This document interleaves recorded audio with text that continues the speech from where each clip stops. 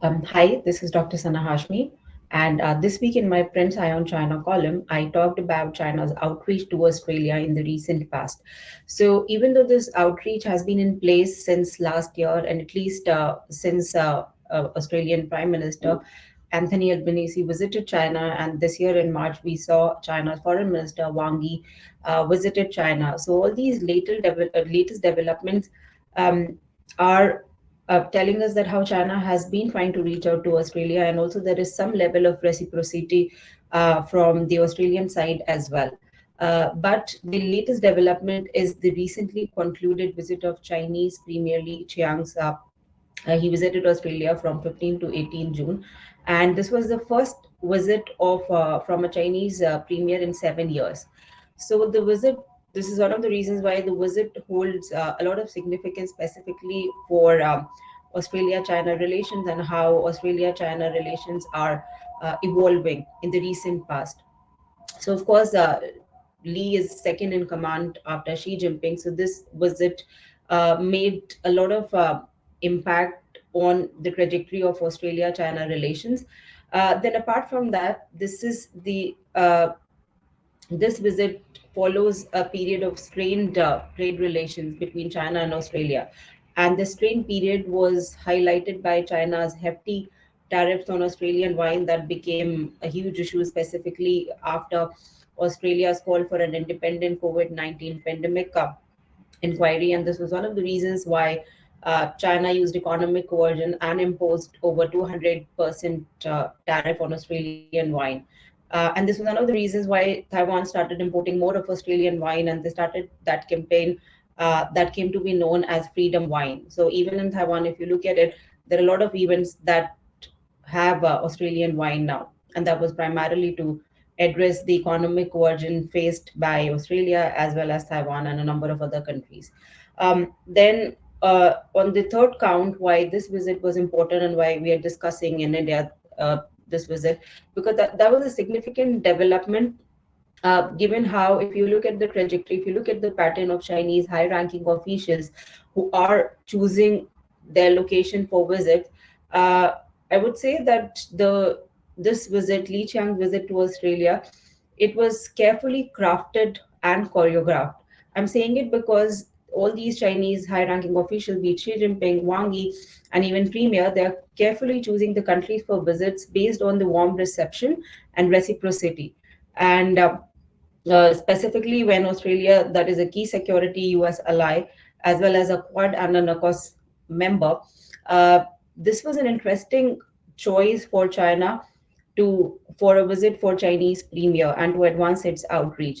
So what is also intriguing here is that while China is least inclined to improve ties with countries such as India and Japan that are also Quad members, Lee's visit was accompanied with several economic inducements, such as loan of new pandas, then easing of restrictions on Australian produce, and the introduction of visa-free travel for Australians. And this is something that China has been doing in the past 1 year. China has been granting visa-free travels for tourists from Europe and some other countries. So Australia is a new entry to the list of visa-free travels to China. So this is definitely all these developments and all these gifts packages that Lee brought with himself to Australia. This is absolutely an attempt to influence Australia and Australia's approach and policies in China's favor. So this brings us to a question that is very important to discuss. Given how Australia is an important part of the US-led coalition to address the China threat, how this is going to impact the regional dynamics and Australia's own approach towards the US coalition-led coalition as well as China. Um, but before that, it's also important that we reiterate that most of the time, the discourse regarding the coalition against China, it unfairly criticizes India as a weak link, primarily due to India's insistence on strategic autonomy as well as issue-based coalition. But for India, China is an important issue that it has to deal with, and it can deal with through a collective response, through a collective approach towards China, the China threat. So India is absolutely not a weak link here, but the China-Australia outreach raises questions about Australia's commitment and its apparent prioritizing of commercial gains from China over a collective approach to deal with China. So this seems true if we have a look at the discourse on this visit that is coming out of China.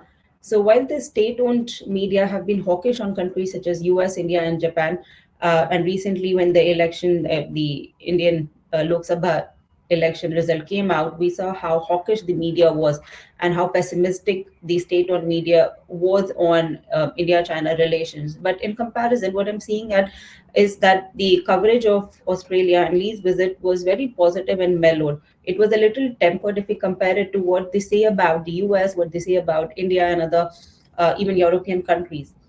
So broadly, Australia is being portrayed as showing increasing warmth towards China and the appreciation for the perceived turnaround and the projected stabilization of China-Australia relations. Very much there if we analyze what is the discourse, what is the mainstream discourse in China.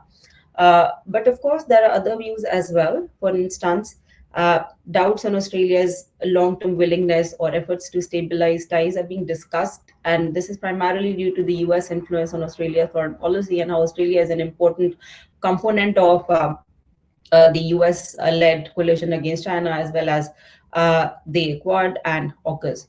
So, on Chinese social media, and among strategic community in China, the calls have been made for Australia to opt for a more independent foreign policy that is not dictated by the US, and the need for Australia not to solely view China through a security lens that is shaped by the US interest.